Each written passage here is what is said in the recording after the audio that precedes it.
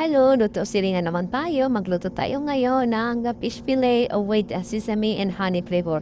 Sa isang dish, naglagay ako ng 1 kilo na fish fillet, onion powder, a garlic powder, cornstarch, oyster sauce, sesame oil, 1 large egg, a black pepper, and a salted taste.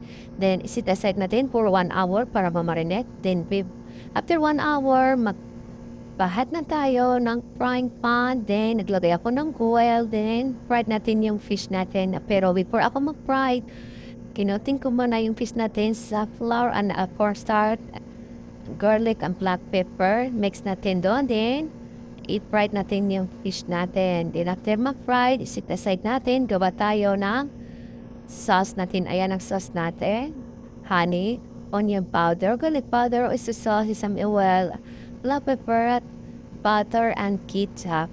Then ibalik natin yung fish natin sa pan.